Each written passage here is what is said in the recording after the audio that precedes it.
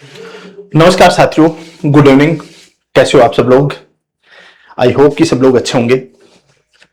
अभी पिछले 2 दिन से एक खबर चल रही है पूरे सोशल मीडिया के ऊपर कि सर जो भास्कर के अंदर और पत्रिका ने जो न्यूज छापी है, खुशखबरी माध्यमिक शिक्षा में 1.23 लाख यानी 1,23,000 नए पदों का प्रस्ताव आया है। न्यू स्टाफिंग पैटर्न है वो लागू किया है। इसकी कितनी सत्यता है उसके बारे में अपन आज जानने वाले हैं। साथ में अपन देखेंगे कि स्टूडेंट्स जनरली क्या मतलब सबसे बड़ी जो गलती करते हैं।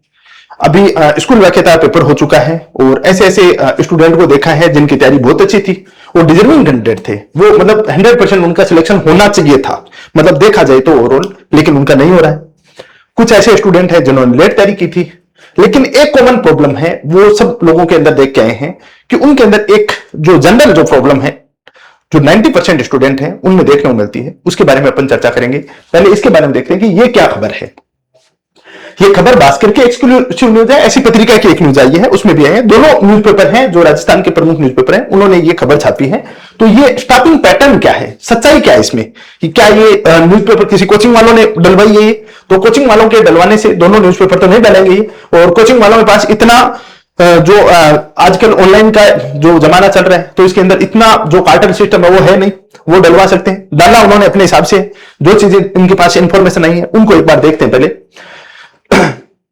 यहां पे इंफॉर्मेशन ये आती है कि खुशखबरी माध्यमिक शिक्षा में 1.23 लाख नए पदों का प्रस्ताव।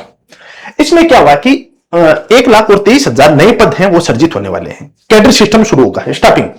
ये स्टाफिंग पैटर्न है क्या, पहले तो इसके बारे में देखते हैं अपन।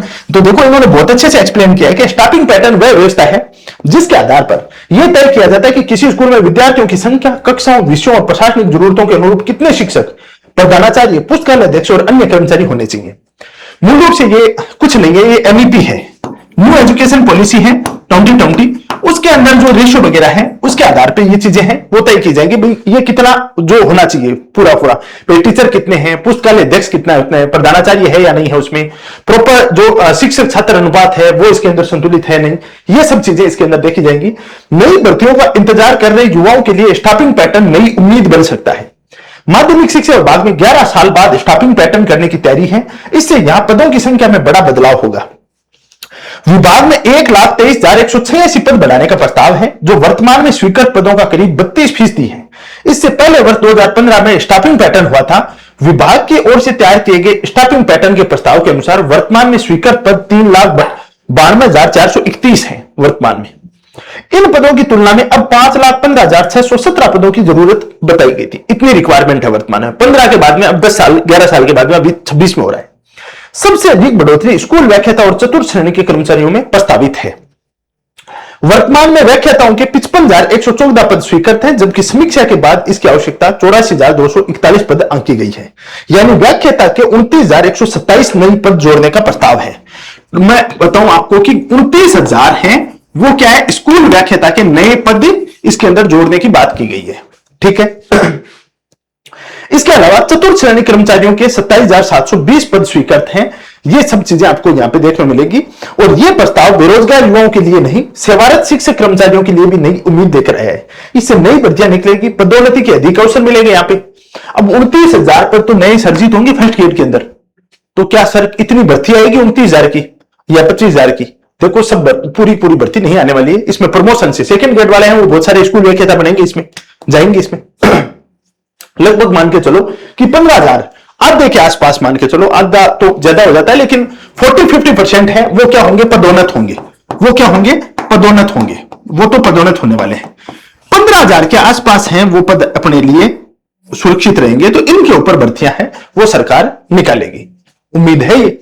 और जब जब इस तरीके की खबरें आती हैं, मैंने पिछले 10-12 साल से ये देखता आ रहा हूं कि जब न्यूज़पेपर में कोई न्यूज आती है या कोई सचिवालय से कोई खबर है वो रिलीज होती है, उसके बाद में वो 2-4 महीने तो वो चलती रहती है, मार्केट के अंदर एक गर्माहट सा माहौल पैदा कर देती है। उसके बाद अचानक सा एक सरप्राइज आता है आरपीएससी की तरफ से, और वो सरप्राइज आता है कि भर्ती आ चुकी है। फिर एक दूसरा सरप्राइज आता है कि 7 महीने बाद आपका एग्जाम डेट है वो दे दी जा चुकी है। बच्चा उसके बाद तैयार होता है, उसके बाद अपनी तैयारियां स्टार्ट करता है। ये पूरा पैटर्न देखने को मिलता है।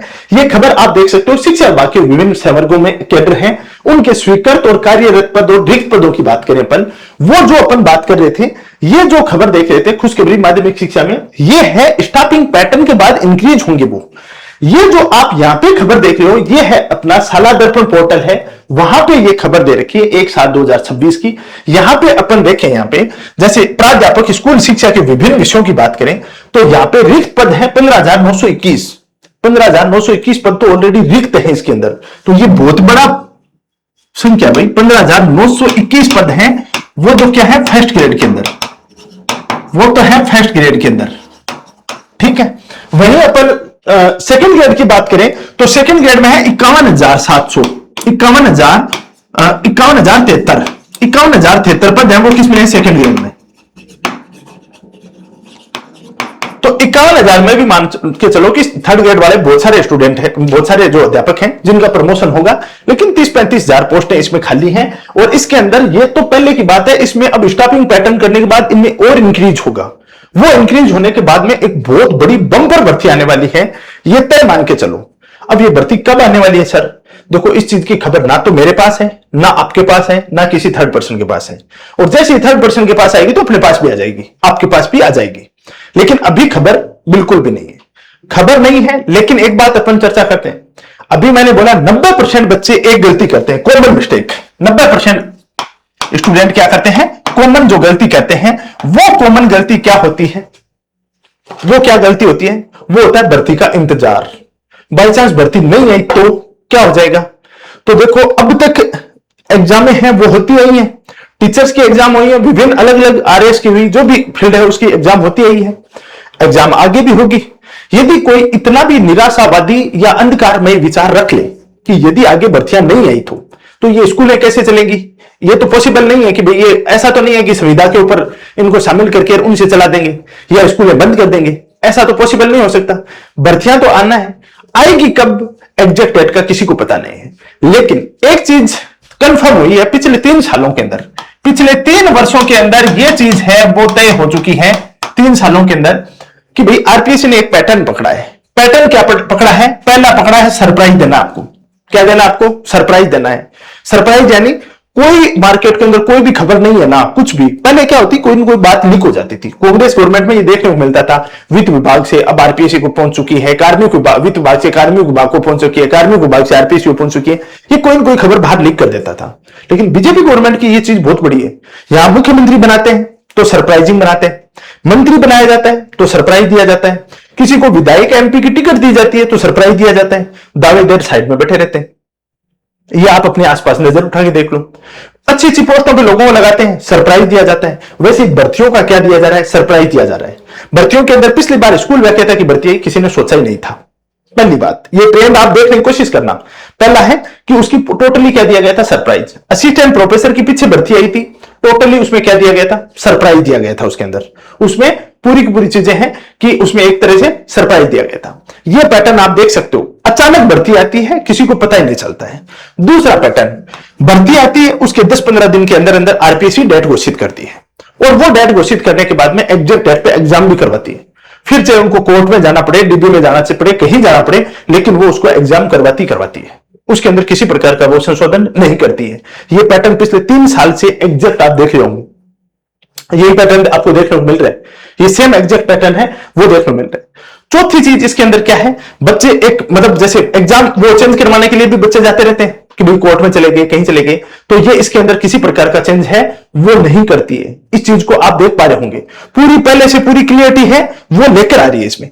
ये एक आप पैटर्न है वो प्रॉपर आप आरपीएससी है वो फॉलो कर रही है।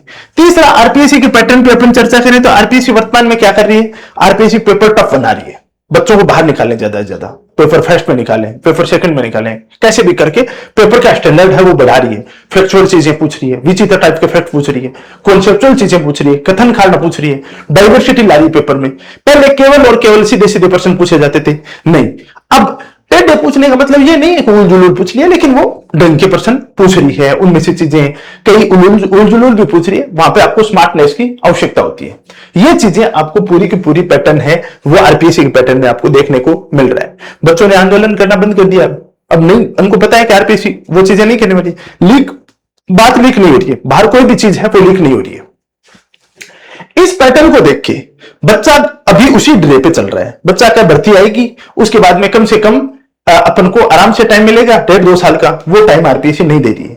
और सबसे बड़ी चीज जो देखने को मिल रही है इस पूरे पैटर्न के अंदर, अपन जो देख रहे हैं इस पैटर्न के अंदर अपन को क्या देखने को मिल रहा है, इस पैटर्न में बच्चा है वो जब भर्ती आ रही है तभी जाग रहा है, बच्चा जाग रहा है, भर्ती आ रही है, उसके बाद मिलते हैं उसको 7 से 8 महीने।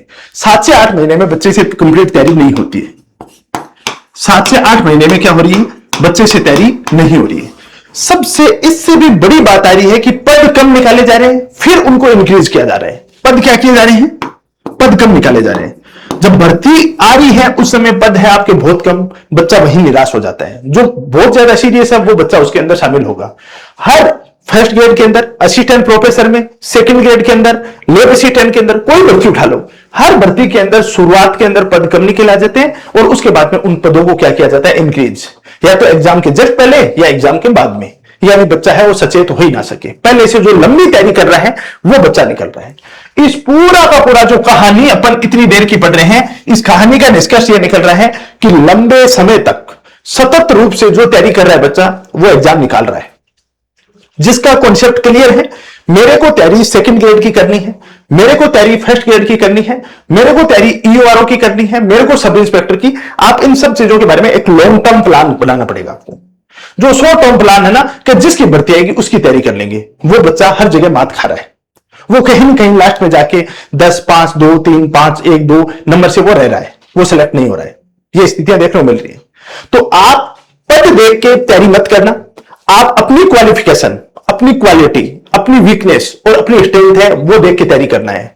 लेकिन एक लंबा विजन बनाना, लगभग आप कम से कम 12 से 14 महीने का आपका विजन होना चाहिए, प्लान होना चाहिए कि मेरे को इस चीज के ऊपर फोकस करना है। क्योंकि अब नौकरियां उतनी आसान नहीं है। हो सकता है आपके बड़े भाई, आपके आसपास के लोग हैं 2015, 17, 18 के अंदर सेलेक्ट हो चुके हैं, अलग अलग सिस्टम से, जो सिस्टम चल रहा था, मेहनत से, सिस्टम से, जो भी, जिससे भी हो चुके हैं। लेकिन अब वो चीजें नहीं देखने को मिल रही हैं। तो बी सीरियस अपनी तैयारी को लेकर, उस चीज के अंदर आप कोताही मत बरतना। और आप इस चीज का इंतजार कर रहे हो आप में से कि नहीं, हमें तो भर्ती तो आने दो एक बार। घर वाले भी बोलते हैं कि कहां जा रहे हैं, तैयारी करने जा रहा हूं। अरे भर्ती तो आने दे, अभी कहां जा रहा है। अरे भर्ती आ जाएगी तब आपको पता ही नहीं चलेगा। जब भर्ती आएगी तब आपको इस चीज का पता ही नहीं चलेगा कि अब करना क्या है। क्योंकि उसके बाद 7-8 महीने मिलेंगे, कोचिंग में भी होगी, कोचिंग में आपका सिलेबस नहीं होगा, फिर आप अपने हिसाब से उस चीज के अंदर इधर उधर भाग दौड़ करोगे सब कुछ का। अब की बार किसी हालत में लेना है तो यार किसी हालत में लेना है। जो बच्चा आपसे 5-6 महीने पहले से लगा है उसको आप डिफीट कैसे कर पाओगे भाई। वो बच्चा तो डिजर्व कर रहा है ना, वो तो लंबी मेहनत कर रहा है ना। तो वो चीज आपको अपनाना पड़ेगा, लॉन्ग विजन अपनाना पड़ेगा, लॉन्ग प्लान बनाना पड़ेगा, स्ट्रेटेजी आपकी क्लियर होनी चाहिए, कॉन्सेप्ट आपके क्लियर होने चाहिए। मेरे को क्या करना है, जो भर्ती आई उसी के ऊपर चल दो, ऐसे काम नहीं चलने वाला है। आपको एक टारगेट है वो आपको सेट करना पड़ेगा। ये जो कहानियां 1,23,000 पद है, 1 लाख नहीं से 5 लाख पद निकल गए ना, तो भी अब जो पेपर पैटर्न आ रहा है उसके अंदर पेपर फर्स्ट आपका क्लियर ही नहीं होगा। 40% मार्क्स नहीं बनेंगे। 40% मार्क्स के लिए आपकी प्लानिंग होनी चाहिए, प्रॉपर प्लानिंग, वो ही आपको चीजें हैं वो दिलवाएगी। तो भर्तियां तय हैं, आएंगी। और ये मैं आज बोल देता हूं, किताबें छोड़ना मत। जनरली स्टूडेंट ये गलती करता है कि अब की बार क्या करते हैं, तैयारी की बढ़िया तरीके से, उसके बाद सिलेक्शन नहीं हुआ तो किताब को फेंक दिया। फिर अपन ने 8-10 महीने बाद वापिस भर्ती आई, वापिस किताब उठाई, 8-10 महीने के अंदर पीछे वाला पढ़ा हुआ पूरा क्या हो चुका, साफ हो चुका। अब उसका कोई मतलब नहीं है, शून्य हो चुका है। तो पहले पढ़ा, अब वापस 0 से स्टार्ट कर रहे हैं। फिर 7 महीने पढ़ेंगे, फिर 1-2 नंबर से रहे, फिर किताब फेंक दी, फिर अपन वापस 7-8 महीने बैठे आराम से, कूलिंग पीरियड के अंदर जा रहे हैं आराम से। ये कूलिंग पीरियड लेना बंद कर दो। जब ये कूलिंग पीरियड लेना बंद कर दोगे उस दिन आपका सिलेक्शन हो जाएगा। यदि 2 नंबर, 5 नंबर, 10 नंबर, 15 नंबर से सिलेक्शन नहीं हो रहा है तो दोबारा वापस उठो।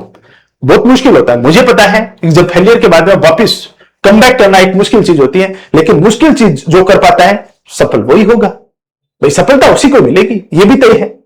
तो ये चीज आपको डिसाइड करना पड़ेगा, पूरा का पूरा अप्रोच है वो लेके चलना पड़ेगा इन सब परिस्थितियों को ध्यान में रखते हुए। और आप लोगों की एक लंबी डिमांड के आधार पे कि सर सब लोग हैं वो अभी तैयारी करवा रहे हैं, आप कब से स्टार्ट कर रहे हो, आप कब से स्टार्ट कर रहे हो, इन्हीं सब चीजों को ध्यान में रखते हुए अपन ने अब स्कूल व्याख्याता जो फर्स्ट पेपर है, इसका पूरा एक नया फाउंडेशन बैच एकदम से बेसिक से, जिसमें पूरा मैथमेटिक्स है, पूरा इंग्लिश है, हिंदी है, पूरा जीके एकदम शानदार तरीके से बेसिक से कैसे तैयार करवा सकते हैं, ये अपन बैच 20 जुलाई से स्टार्ट कर रहे हैं। ये कब से स्टार्ट कर रहे हैं? अपन 20 जुलाई से स्टार्ट कर रहे हैं। 20 जुलाई से आपकी क्लासें होगी, पर डे की 3 घंटे की क्लास होगी, 3 घंटे के हिसाब से होगा, टास्क दिया जाएगा, यही लाइब्रेरी में आपकी रहने की व्यवस्था होगी, लाइब्रेरी में आप बैठो पढ़ो और यही आपकी क्लासेज होंगी। ये पूरी की पूरी सुविधाएं हैं वो आपको मिलने वाली है, एक अलग टाइप का। पिछली बार अपन ने बहुत शानदार मेहनत करवाई, बच्चों का बहुत अच्छा रिस्पॉन्स रहा है और अपने पढ़ाई में से चीजें बहुत बेहतर तरीके से, इवन मैं कहूंगा कि 10 में से 9 10% है वो अपने पढ़े हैं, हर सेगमेंट के अंदर, हर यूनिट के अंदर बहुत अच्छी परफॉर्मेंस की है। अब की बार उससे भी बेहतर करेंगे। जिन बच्चों को कुछ भी नहीं आ रहा है, एकदम से बेसिक से है, उन बच्चों के लिए एक रामबाण साबित होगा। जो बच्चे अपनी तैयारी को और पंख लगाना चाहते हैं और ऊंची उड़ान उड़ना चाहते हैं, उनके लिए भी ये शानदार साबित होगा। तो ये अपना 20 तारीख से ऑफलाइन बैच शुरू हो रहा है, नया फाउंडेशन बैच है ऑफलाइन, ऑनलाइन भी साथ में स्टार्ट हो रहा है। तो ये आप ज्वाइन कर सकते हो। ये जो नंबर दिए हैं इनके ऊपर कॉल करके अपना रजिस्ट्रेशन सुनिश्चित करवा सकते हो ऑफलाइन के लिए। जो नंबर है 8209147524, यहाँ पे अपना ऑफलाइन है, वो भी रजिस्ट्रेशन करवा सकते हो। बाकी अपन बढ़िया तरीके से पूरा सिस्टमेटिक ढंग से है वो 20 तारीख से अपन स्कूल व्याख्याता वाला पार्ट है वो स्टार्ट कर रहे हैं। ठीक है, जो भी न्यूज होगी आगे, जो भी खबर आएगी आप तक मैं पहुंचा दूंगा, आप तक मैं बता दूंगा। अभी के लिए इतना ही, थैंक यू।